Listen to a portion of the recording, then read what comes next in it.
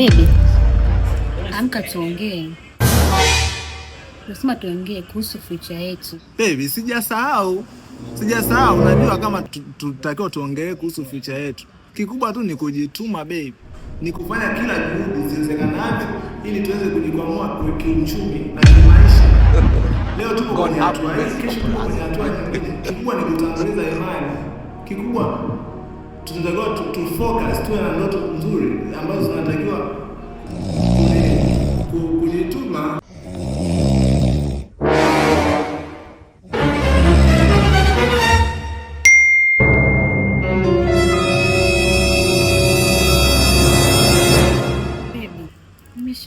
Baby, sasa hivi tumetoka kuongea. Mimi nitatolea wapi hela? Mimi sielewi. Naomba ulitambue basi hilo. Hoda kulala by 10 umelala kama kuku. God have mercy on this struggle. The suffering is real.